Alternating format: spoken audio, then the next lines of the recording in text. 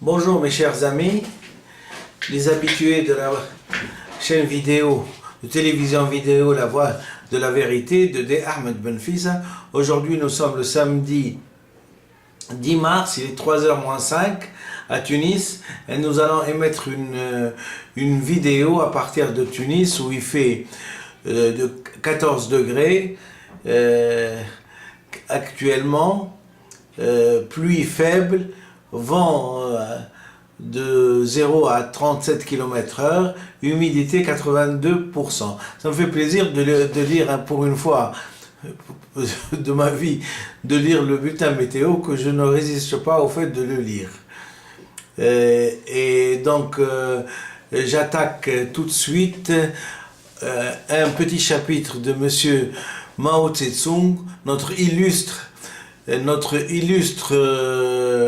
homme politique chinois qui a écrit donc ce petit livre auquel on fait référence depuis maintenant bien 2 mois de Tunis. Et donc je vais pour vous lire ce qu'il a dit. Voilà. Vive la République populaire de Chine, le petit livre rouge de Mao Tse-tung, chapitre 20, édifier le pays avec diligence et économie. La lecture par Dr Ben Fissa Ahmed.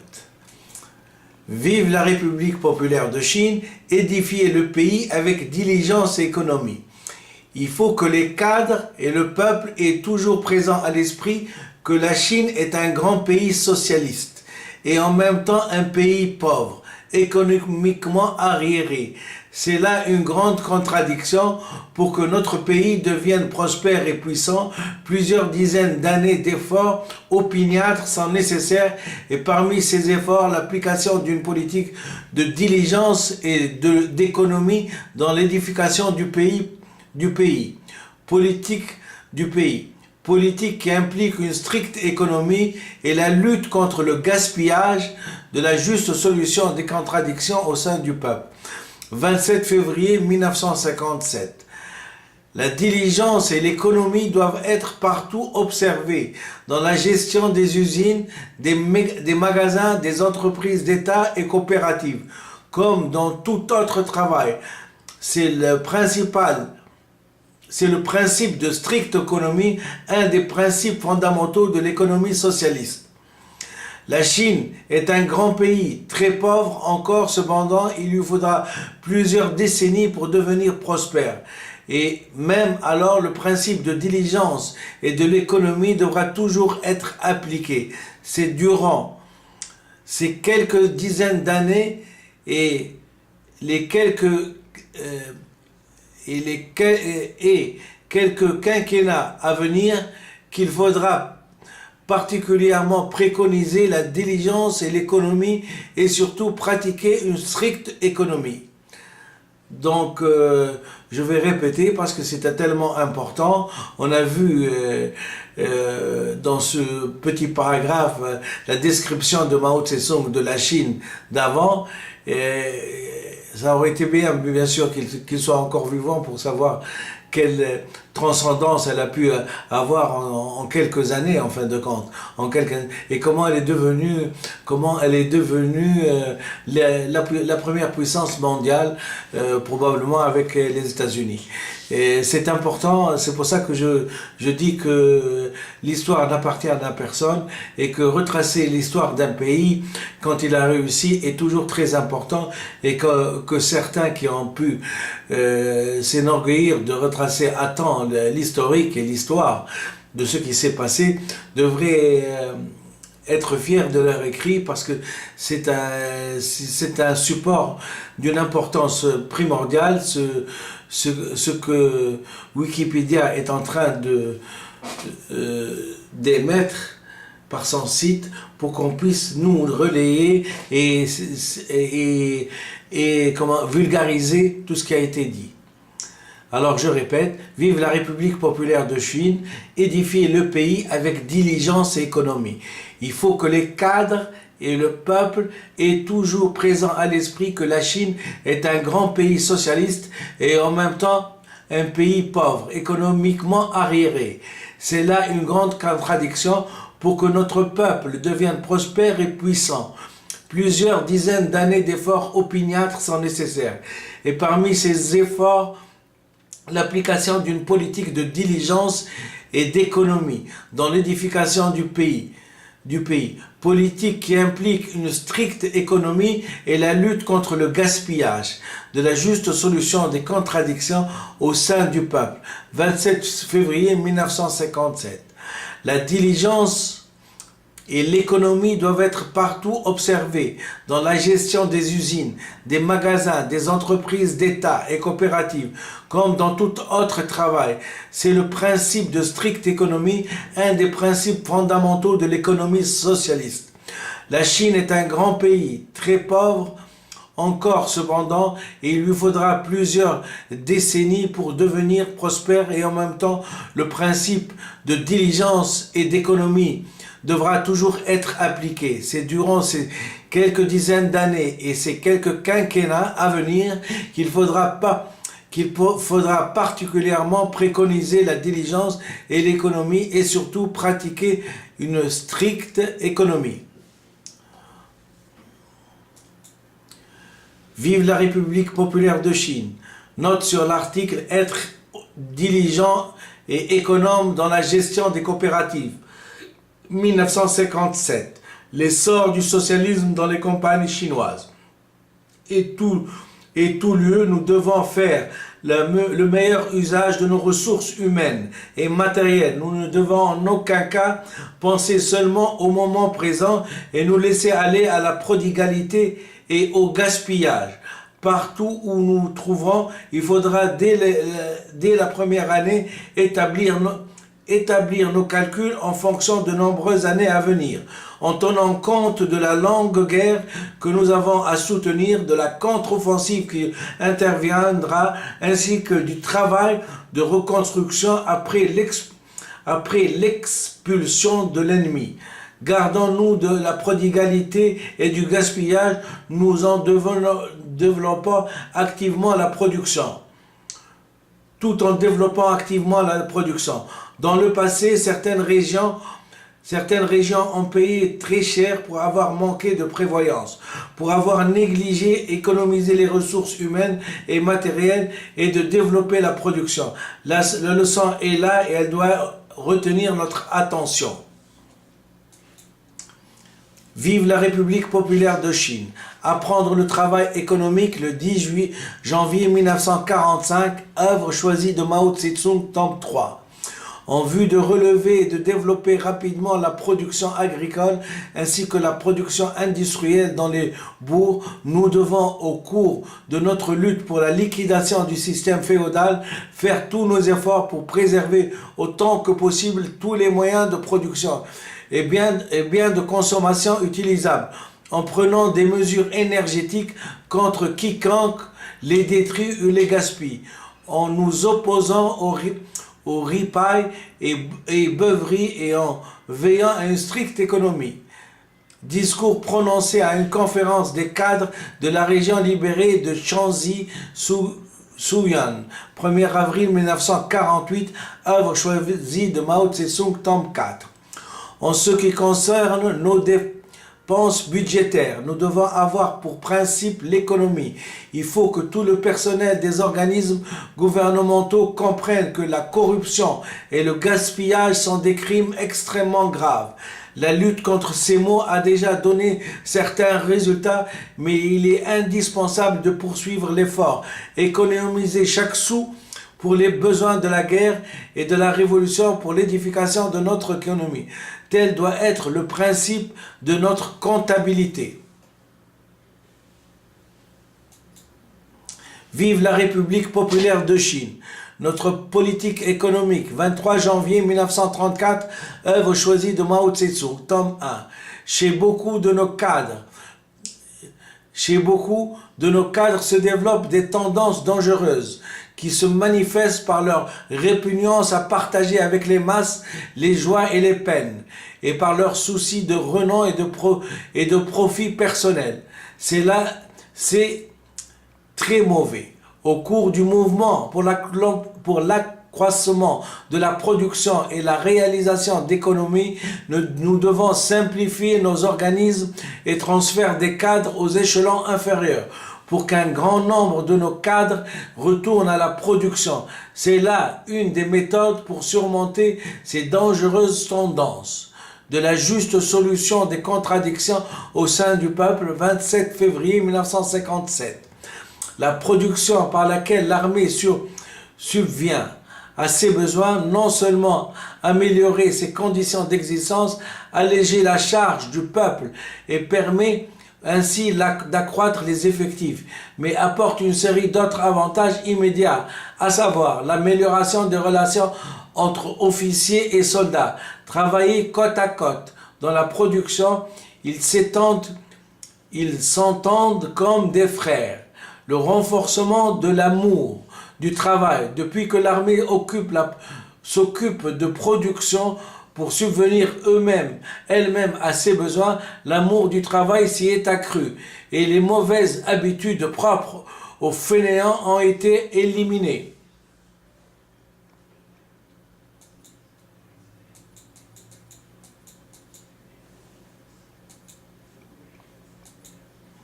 Vive la République populaire de Chine. Le renforcement de la discipline du travail dans l'activité productrice n'affaiblit pas la discipline des soldats pendant les combats et dans leur vie quotidienne, mais au contraire la renforce. L'amélioration des relations entre l'armée et le peuple, dans la mesure où les troupes ont leur propre exploitation, on voit diminuer ou même disparaître complètement les atteintes aux biens du peuple. Ce dernier et l'armée aident mutuellement dans la production, ce qui renforce encore leur amitié. Les troupes manifestent plus rarement du mécontentement envers les organes du pouvoir et ainsi leurs relations s'améliorent. Le grand mouvement de la population civile pour le développement et la production se trouve stimulé. Quand l'armée s'occupe elle-même de production, les divers organismes voient plus clairement la nécessité d'en faire autant et s'y consacrent avec plus d'énergie. Bien entendu, la population civile doit mieux elle aussi. De ce fait, la nécessité du mouvement général pour le développement de la production et se met à la tâche avec plus d'énergie. Vive la République populaire de Chine, de la production par l'armée des biens nécessaires à ses besoins et de l'importance des deux grands mouvements pour la ratification du style de travail et pour le développement de la production. Œuvre choisie de Mao Tse-tung, tome 3. D'aucuns prétendent que si les troupes participent à la production, elles ne pourront plus combattre ni s'entraîner, que si les organismes prennent part à la production, ils ne pourront plus accomplir leur propre travail. Cette assertion est fausse. Au cours des dernières années, nos troupes de la région foncière, en se livrant à une large activité productrice, ont satisfait amplement leurs besoins en nourriture et en habillement. Parallèlement, elles se sont consacrées avec encore plus de succès à l'entraînement, ainsi qu'à l'étude politique et à l'acquisition de connaissances générales, et l'unité au sein de l'armée comme celle entre l'armée et le peuple se sont encore renforcées. Dans les régions du front, alors qu'un vaste mouvement de production a été entrepris l'an dernier, de grands succès ont également été obtenus sur le plan des opérations militaires et il en a commencé partout le mouvement pour l'instruction des troupes. Grâce à son activité productrice, le personnel des divers organismes vit dans de meilleures conditions. On a l'esprit plus tranquille et le travail gagne en efficacité. Cela est vrai aussi bien pour la région frontalière que pour les régions du front. Voilà ce que j'avais à vous dire. Je vous remercie infiniment d'avoir suivi cette lecture du petit livre rouge de Mao Tse-tung. Ça me fait plaisir parce que c'est toujours des directives, c'est pas des directives, c'est pas des trous dans l'eau, et ce sont des trous dans l'eau et inefficaces, et du bavardage et du camouflage des grands projets. C'est un discours qui est net, clair et précis. Il n'a rien à voir, bien sûr, avec les discours que je suis auxquels je suis en train d'assister, sans aucun sens, avec des grands projets grandioses, et plus la démonstration est compliquée, plus le dirigeant a l'impression qu'il va trouver ce qu'on appelle la quadrature du cercle, hein, et plus ça a l'air d'être éminent. Pourtant, c'est souvent du verbiage. On essaie de faire marcher, on essaie de faire marcher et même de faire courir un cheval qui est mort, et j'entends par là que le capitalisme vit ses dernières heures, à mon sens. Mais ceci dit, je suis en train de retrouver dans ce petit livre de Mao, je suis en train de retrouver une dialectique efficace pour qu'un monde se développe. Et au-delà des gens qui sont déjà surdéveloppés, en état de surconsommation, qui ont des problèmes plutôt d'excès de développement, et que moi je suis dans une civilisation où les gens vivent encore la misère, hein, au 21e siècle, hein, je pense que le choix est vite fait quant au choix politique à venir. Et il faut savoir dépasser un petit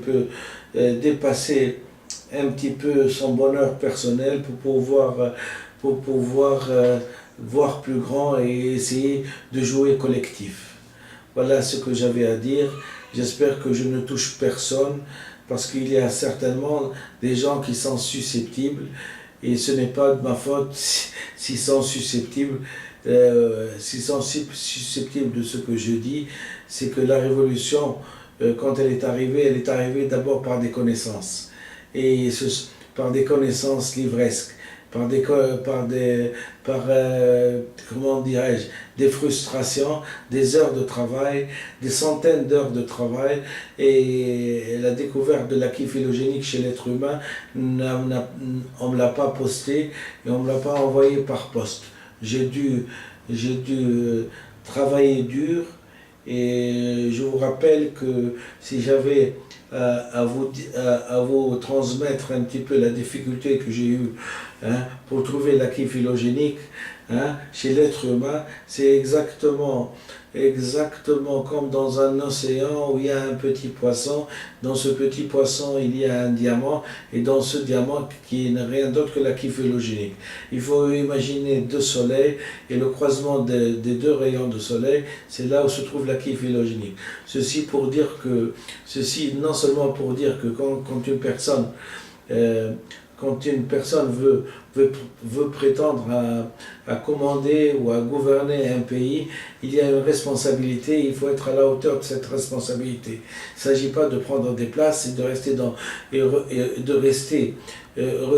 dans des salons pour donner des ordres, s'entendre parler, et faire des projets grandioses, et s'opposer bien sûr à tous les gens qui ont été rationnels et qui, à la lumière de leurs connaissances, ont préconisé un changement de langue pour une civilisation qui avoisine à peu près 1 milliard d'individus. Et bon, je ne suis concerné que par 12 millions, mais vu la cascade que je suis en train de prévoir, j'ai anticipé dans la révolution pour dire que s'il y aura une cascade de révolution. Et c'est ce qui s'est passé. Il n'y a qu'à voir mes vidéos, les interpréter, vous verrez que j'ai prévu que la révolution tunisienne ne s'arrêterait pas là, et qu'il y aura beaucoup plus. Tous les pays arabes seront concernés. Et c'est ce qui s'est passé, c'est ce qui va se terminer de se passer. Parce qu'il y a toujours quelques pays récalcitrants qui, grâce à leur pétrodollars, veulent préconiser le statu quo. Mais le statu quo ne peut pas se faire, parce que, comme le dit si bien la chanteuse à la belle voix, Al-Melaïm, dit c'est-à-dire la révolution ne s'achète pas avec l'argent. D'ailleurs, la révolution est anti-argent, puisque la révolution en elle-même préconise une égalité et un partage des capitaux. Elle est contre l'argent. Elle se contente de la décence, c'est-à-dire que chaque personne vive décemment et arrive à vivre décemment sa famille et à scolariser ses enfants et à leur offrir un ascenseur social pour qu'ils puissent arriver comme cadre. Et donc, toute révolution est contre l'argent, contre le monopole de l'argent. Voilà ce que j'avais à dire. Et bien sûr, on n'a qu'à faire du suivisme. La révolution russe bolchevique de Lénine a réussi, la révolution chinoise, elle a réussi. Et pourquoi pas, et why not, la révolution arabe, tunisienne, arabe secondairement, pourrait réussir si, pour peu que chacun sache qu'il y a des gens qui sont plus compétents que lui, et qu'il y a des gens que quand ils parlent, ils ne parlent pas pour égrener des mots et faire du blablabla. Le blablabla, le temps perdu ne se rattrape plus. Si les gens peuvent passer des heures et des heures et des heures sans prendre une décision, alors qu'il y a des gens qui souffrent, qui n'ont pas de quoi manger, et que ces mêmes gens trouvent les moyens, et depuis déjà 1 année et demie, ça continue, de voyager à droite et à gauche, de faire des discours, d'essayer de... Mais ce n'est pas un problème de discours, c'est un problème... C'est un problème de projet, c'est un problème d'acte, et c'est un problème de législation, et c'est un problème de transformation de l'être humain en lui-même. Ce n'est pas la source, dans le cas particulier, ou dans le cas particulier que nous vivons, elle ne prend pas sa source du droit, mais elle prend sa source de l'humain. Et c'est pour ça que c'est urgent. C'est pour ça que c'est urgent que les discussions stériles, on n'y a pas le droit.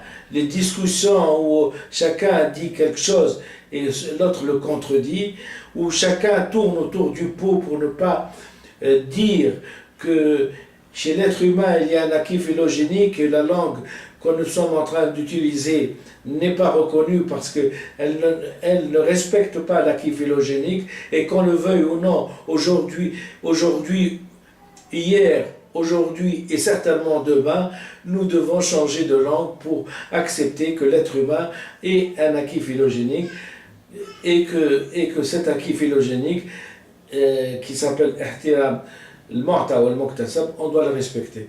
Voilà, je vous remercie infiniment et donc j'espère que ça servira. Bon après-midi.